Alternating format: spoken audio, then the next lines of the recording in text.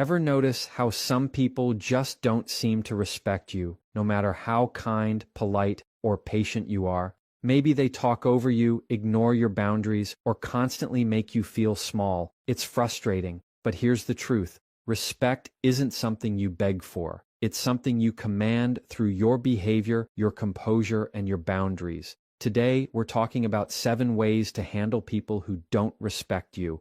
Not by yelling, not by fighting back, but by taking back your power with calm confidence.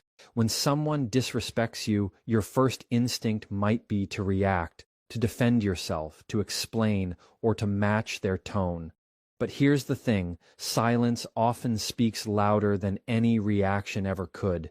When you choose not to respond emotionally, you're communicating that their behavior isn't worthy of your energy. You're showing control, not weakness, because silence isn't about ignoring the problem. It's about refusing to give it power over you. When someone disrespects you, they're usually looking for a reaction, something to feed off of, to confirm that they can get under your skin. The moment you stay still, calm, and unbothered, you take that power back. You're no longer playing their game, you're rewriting the rules. Silence shows strength because it reflects discipline, and discipline is what people respect, even if they don't admit it. Think about it.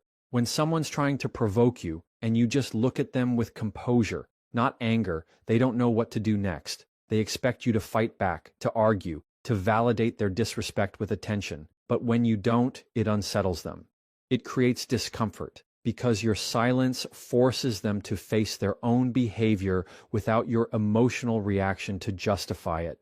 In that moment, you're holding up a mirror to their immaturity, and that's powerful. It's not about winning an argument, it's about protecting your peace.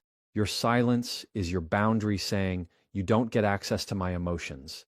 That calm silence has more impact than shouting ever will, because it shifts the balance of control from them to you. You decide when and how to engage, and that's what maturity looks like. Now, silence doesn't mean you suppress your feelings or avoid addressing disrespect altogether. It means you respond strategically, not impulsively. You might choose silence in the moment, let emotions cool, and then later communicate your boundaries clearly when the heat is gone. That's what emotionally intelligent people do. They don't let disrespect dictate their behavior. They lead with composure. If you're always reacting, you're being controlled. But when you pause, when you stay silent long enough to think, you respond with intention instead of emotion. That silence creates space for clarity. You can decide whether the situation even deserves your attention. Most times, it doesn't. Because not everyone who disrespects you deserves an explanation. Some people only understand distance, and silence is how you create it. It's important to understand that silence is not weakness. Weakness is letting someone's disrespect turn you into something you're not. Strength is keeping your values even when provoked. You can be silent and still be strong, silent and still be assertive, silent and still be confident. Because silence, when chosen intentionally, communicates certainty. It tells people, I don't need to prove myself to you. And that's one of the most intimidating forms of confidence. When you stop chasing validation and start choosing peace, people notice. Even the ones who disrespect you begin to sense that their words can't shake your foundation. Silence becomes your armor, light, invisible, but impenetrable. The truth is, not everyone deserves a reaction from you. Some people thrive on drama, on getting under your skin, on seeing you lose composure. The best way to show them that their tactics don't work is to stay calm, stay quiet, and stay collected. When you're silent, you're not surrendering. You're asserting control. You're saying, you can talk, but I decide what enters my peace. And over time, people learn that disrespect won't get your attention, only respect will.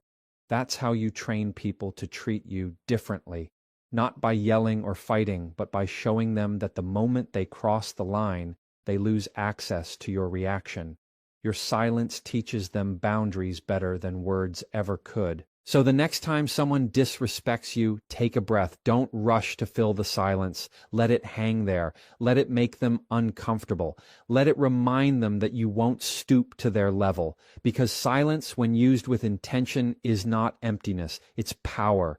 It's the sound of self-respect echoing louder than any insult ever could. When you master silence, you master yourself. And once you've mastered yourself, no one can take your peace away, no matter how loudly they try to break it. Setting boundaries without apology is one of the most powerful ways to earn respect from people who try to walk over you. Boundaries aren't walls, they're doors with locks, and you control who gets a key. When you say no without explaining or apologizing, you communicate that your time, energy, and emotions are valuable. Too often, people who don't respect you expect you to bend, to accommodate, or to justify your limits. But the moment you start defending your boundaries, you're already giving them too much room to question them. You don't owe anyone an explanation for protecting your peace. When someone disrespects you, the firmest response isn't anger, it's clarity. A calm, confident statement like, "That doesn't work for me," says more than a long, emotional defense ever could. It's not about being rude, it's about being rooted in self-respect. Boundaries teach people how to treat you. Every time you allow someone to cross one, you train them that it's okay to keep doing it. The people who truly respect you will understand and adjust. The ones who don't will push harder. That's not a sign to lower your boundary. It's a sign to reinforce it. The moment you stop apologizing for your limits, people start realizing they can't control you. And this isn't about being harsh or distant. It's about communicating with calm authority. You don't have to raise your voice or justify your needs. You simply have to be consistent.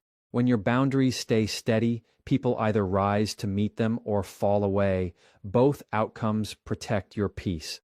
You cannot expect others to respect a boundary you constantly bend for their comfort. Boundaries are not a form of rejection, they're an act of self-respect. You see, most people struggle with setting boundaries because they fear losing relationships or being labeled as selfish. But here's the truth. If someone leaves because you set a boundary, they weren't respecting you to begin with. People who value you won't feel threatened by your limits. They'll feel safe around them. Boundaries make your relationships healthier because they create clarity. They remove the confusion about what's acceptable and what's not. They're not about control, they're about mutual respect. When you clearly define what you tolerate and what you don't, you filter out those who only stick around when it benefits them. You're not pushing people away. You're protecting the space where genuine connection can grow. Boundaries separate what drains you from what sustains you, and that's how emotional peace is maintained. The most respectful boundaries are communicated with calm, steady confidence. You don't need to over-explain, apologize, or defend your choices. The more you talk, the more room you give people to argue. A boundary doesn't need permission to exist. It just needs consistency to stand. You can say, "I'm not available for that," or "Please don't speak to me that way," and leave it at that. No debate, no guilt, no extra explanation. And when people try to test you, because they will, your response should be your consistency. The moment you give in, they learn that your boundaries are negotiable. But when you stand firm without hostility, you earn silent respect. They may not like your boundary, but they'll understand they have to deal with it. You teach people how to treat you not through your words, but through what you consistently allow. When you start setting unapologetic boundaries, you'll notice something shift inside you, a sense of peace that comes from taking control of your space. You'll stop over-explaining yourself. You'll stop tolerating behavior that used to drain you. You'll realize that your peace is not negotiable. And yes, some people will get uncomfortable. Some might even call you cold or difficult. But that's okay, because those are often the people who benefited from your lack of boundaries in the first place. Remember, when you set limits, you're not being cruel. You're being clear. Clarity isn't disrespect, it's maturity. The right people will respect it. The wrong ones will reveal themselves.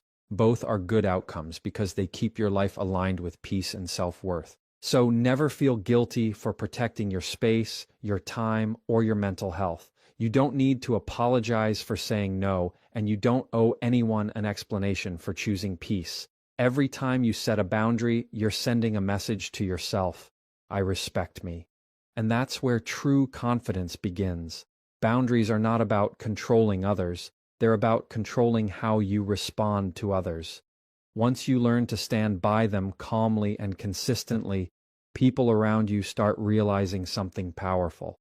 They can't disrespect what you refuse to tolerate, and that quiet self-assurance is what earns lasting respect